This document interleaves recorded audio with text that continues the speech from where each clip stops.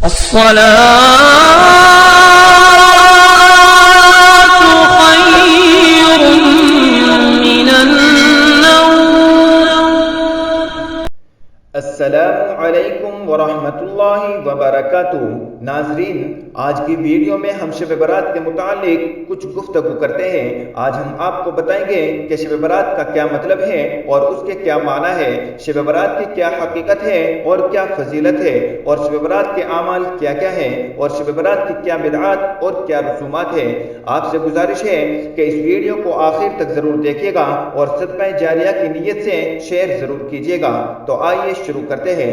پیارے دوستو، سب سے پہلے آپ کو سمجھنا ہے کہ شب برات کا کیا مطلب ہے.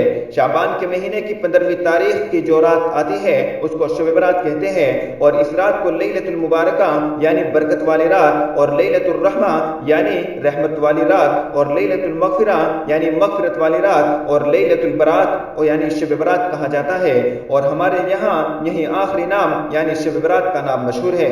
اور یہ واضح رہے، اس بات کو دھیان رکھیں کہ اس رات کے یہ نام احادیث میں نہیں آئے، بلکہ حدیث پاک میں تو اس رات کو لیلۃ النصف من شعبان یعنی 15ویں رات کی شعبان کہہ کر ذکر کیا گیا ہے.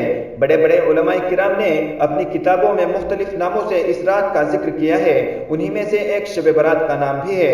شب کے معنی رات کے آتے ہیں اور برات کے معنی آتے ہیں بری ہونے کے. اس رات میں چونکہ بے شمار گناہ گاروں کی اور بے شمار مجرموں کی بخشش کی جاتی ہے اور ان کی مغفرت کی جاتی ہے، اس لیے اس شب کو شب برات کہا جاتا ہے، اور کثرت استعمال کی وجہ سے یہی نام مشہور ہے. پیارے دوستوں، شب برات کے متعلق بہت سے علماء کرام نے فضیلت بیان کی ہے کہ اس رات میں بے شمار گناہ گاروں کی، بے شمار خطا کاروں کی مغفرت کی جاتی ہے. بنو کلب عرب کا ایک قبیلہ ہوا کرتا تھا جن کے پاس تمام عرب والوں سے زیادہ بکریاں ہوا کرتی تھیں. آپ صلی اللہ علیہ وآلہ وسلم نے ارشاد فرمایا کہ اللہ تبارک و تعالیٰ اس رات میں قبیلہ بنو کلب کی بکریوں کے بالوں سے زیادہ لوگوں کی مغفرت فرماتے ہیں. اور آپ صلی اللہ علیہ وسلم کا ارشاد ہے کہ اس رات میں اللہ تبارک و تعالیٰ آسمان دنیا پر نزول فرماتے ہیں اور ارشاد فرماتے ہیں کہ ہے کوئی جو مجھ سے مغفرت طلب کرنے والا ہو تاکہ میں اس کی مغفرت کروں، ہے کوئی رزق کا طالب کہ جسے میں رزق عطا کروں، اور کوئی مصیبت زدہ ہے تاکہ میں اس کو نجات دوں، ہے کوئی بیماری میں مبتلا جسے میں شفا عطا کروں. کہ اللہ تبارک و تعالیٰ برابر یہ آواز دیتے رہتے ہیں اور یہ سلسلہ صبح تک ایسے ہی چلتا رہتا ہے. لیکن چند حضرات ایسے ہیں کہ وہ اس مبارک رات کی فضیلت سے بھی محروم رہتے ہیں. پیارے دوستوں، کتنی سخت محرومی کی بات ہے کہ دو جہان کا بادشاہ خود اعلان کرتا ہے کہ اے میرے بندو مانگو کیا مانگتے ہو، اگر ہم پھر بھی نہ لیں تو کتنی کم نصیبی کی بات ہے. حدیث پاک میں آیا ہے کہ کچھ لوگ ایسے ہیں جو اس مبارک رات میں بھی محروم رہتے ہیں.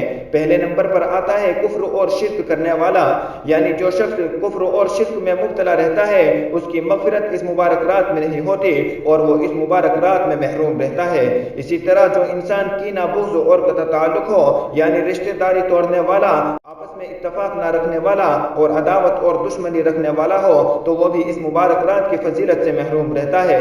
اسی طرح سے والدین کا نافرمان بندہ کہ جو اپنے ماں باپ کی نافرمانی کرتا ہو تو ایسا شخص بھی اس مبارک رات کی فضیلت سے محروم رہتا ہے. اور شراب کا عادی یعنی جس کی عادت شراب نوشی کی ہو تو وہ بھی اس مبارک رات سے محروم رہتا ہے اور ان تمام کی مغفرت نہیں ہوتی. اب بات آتی ہے کہ شب برات میں کیا کیا اعمال کیے جاتے ہیں.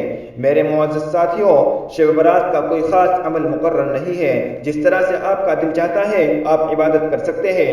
اگر آپ تلاوت کلام اللہ کرنا چاہتے ہیں تو تلاوت کیجیے. اگر آپ کو اللہ کا ذکر کرنے میں لطف آتا ہے تو آپ ذکر اللہ کیجیے. اگر آپ درود شریف پڑھنا چاہتے ہیں تو درود شریف پڑھتے رہے.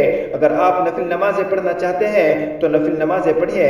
لیکن ایک بات یاد رکھیں، اس کے بعض لوگ پوری رات نفل نماز پڑھنے کو ہی ضروری سمجھتے ہیں اور بعض تو مخصوص صورتوں کے ساتھ خاص اندازے سے نماز پڑھنا ضروری خیال کرتے ہیں.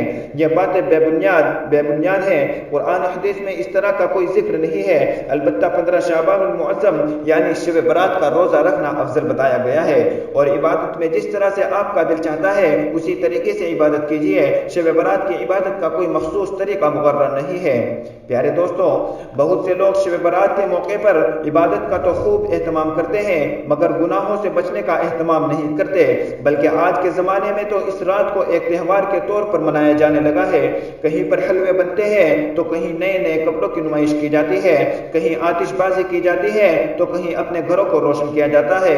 یہ تمام بدعات اور خرافات ہیں، اور ان بدعات میں سب سے بدترین رسم آتش بازی کی رسم ہے، جو آتش پرستوں، کفار و مشرکین کی نقل ہے۔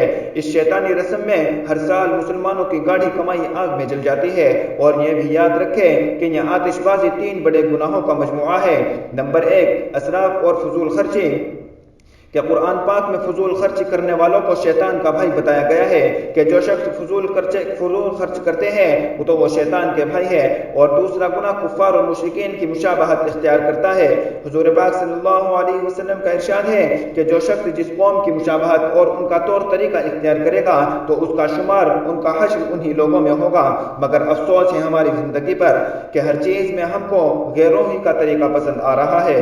اور تیسرا گناہ ہے دوسروں کو تکلیف دینا، کہ جب پٹاخے چھوڑے جاتے ہیں اس کی آواز سے کتنے لوگوں کو تکلیف اور پریشانی ہوتی ہے ہر شخص اچھی طرح سے جانتا ہے، جبکہ ہمارا مذہب اسلام یہ تعلیم دیتا ہے کہ ایک مومن سے کسی بھی شخص کو تکلیف نہیں ہونی چاہیے۔